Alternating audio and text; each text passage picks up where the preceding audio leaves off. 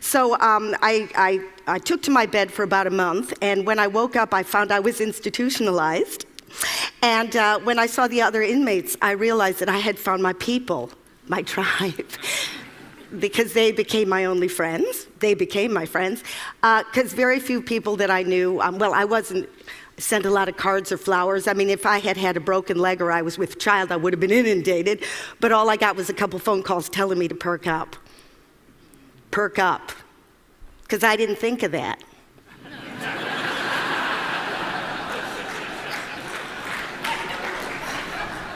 Because, the one thing that you get with this disease, this one comes with the package, is you get a real sense of shame. Because your friends go, oh, come on, show me the lumps, show me the x-rays, and of course you got nothing to show. So you're like really disgusted with yourself because you're thinking, I'm not being carpet bombed, I don't live in a township. So you start to hear these abusive voices, but you don't hear one abusive voice. You hear about 1,000 abusive, 100,000 abusive voices. Like if the devil had Tourette's, that's what it would sound like. But we all know in here, there is no devil, there are no voices in your head.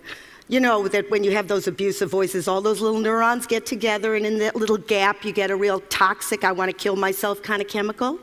And if you have that over and over again on a loop tape, you might have yourself depression. Oh, and that's not even the tip of the iceberg. If you get a little baby and you abuse it verbally, its little brain sends out chemicals that are so destructive that the little part of its brain that can tell good from bad just doesn't grow. So you might have yourself a homegrown psychotic. If a soldier sees his friend blown up, his brain goes into such high alarm that he can't actually put the experience into words, so he just feels the horror over and over again. So here's my question. My question is, how come when people have mental damage, it's always an act of imagination? How come every other organ in your body can get sick and you get sympathy except the brain? I'd like to talk a little bit more about the brain because I know you like that here at TED. So if you just give me a minute here, okay. Okay, let me just say there's some good news. There is some good news. First of all, let me say we've come a long, long way.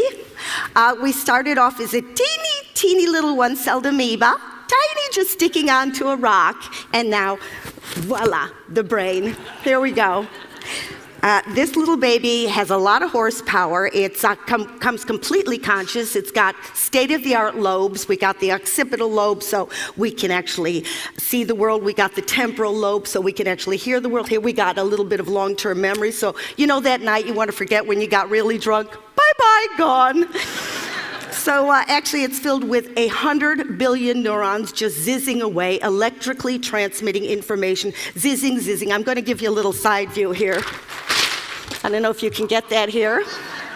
So zizzing away, and and for every one, I know I drew this myself, thank you. For every one single neuron, you can actually have from 10,000 to 100,000 different connections or dendrites or whatever you want to call it. And every time you learn something or you have an experience, that bush grows, that bush of information. Can you imagine every human being is carrying that equipment, even Paris Hilton? Go figure. But I got a little bad news for you, folks. I got some bad news. This isn't for the 1 in 4. This is for the 4 in 4. We are not equipped for the 21st century. Evolution did not prepare us for this. We just don't have the bandwidth. And for people who say, oh, they're having a nice day, they're perfectly fine, they're more insane than the rest of us. Because I'll show you where there might be a few glitches in evolution. Okay, let me just explain this to you. When we were ancient man, millions of years ago, and we suddenly felt threatened by a predator, okay? We would, thank you, I drew these myself. Thank you very much, thank you. Thank you. Thank you. Anyway, we would fill up with our own adrenaline and our own cortisol, and then we'd kill or be killed, we'd eat or we'd be eaten, and then suddenly we'd defuel and we'd go back to normal. Okay, so the problem is nowadays with modern man, when we feel in danger, we still fill up with our own chemical, but because we can't kill traffic wardens or eat estate agents, the fuel just stays in our body over and over. So we're in a constant state of alarm, constant state. And here's another thing that happened. About 150,000 years ago, when language came online, we started to put words to this constant emergency. So it wasn't just, oh my God, there's a saber-toothed tiger, which could be. It was suddenly, oh my God, I didn't send the email. Oh my God, my thighs are too fat. Oh my God, everybody can see I'm stupid. I didn't get invited to the Christmas party. So you got this nagging loop tape that goes over and over again that drives you insane. So you see what the problem is? What once made you safe now drives you insane. I'm sorry to be the bearer of bad news, but somebody has to be. Your pets are happier than you are.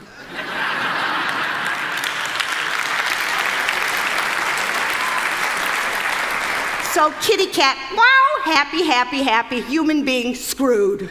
Completely and utterly, so screwed. But my point is, if we don't talk about this stuff and we don't learn how to deal with our lives, it's not going to be 1 in 4. It's going to be 4 in 4 who are really, really going to get ill in the upstairs department. And while we're at it, can we please stop the stigma? Thank you.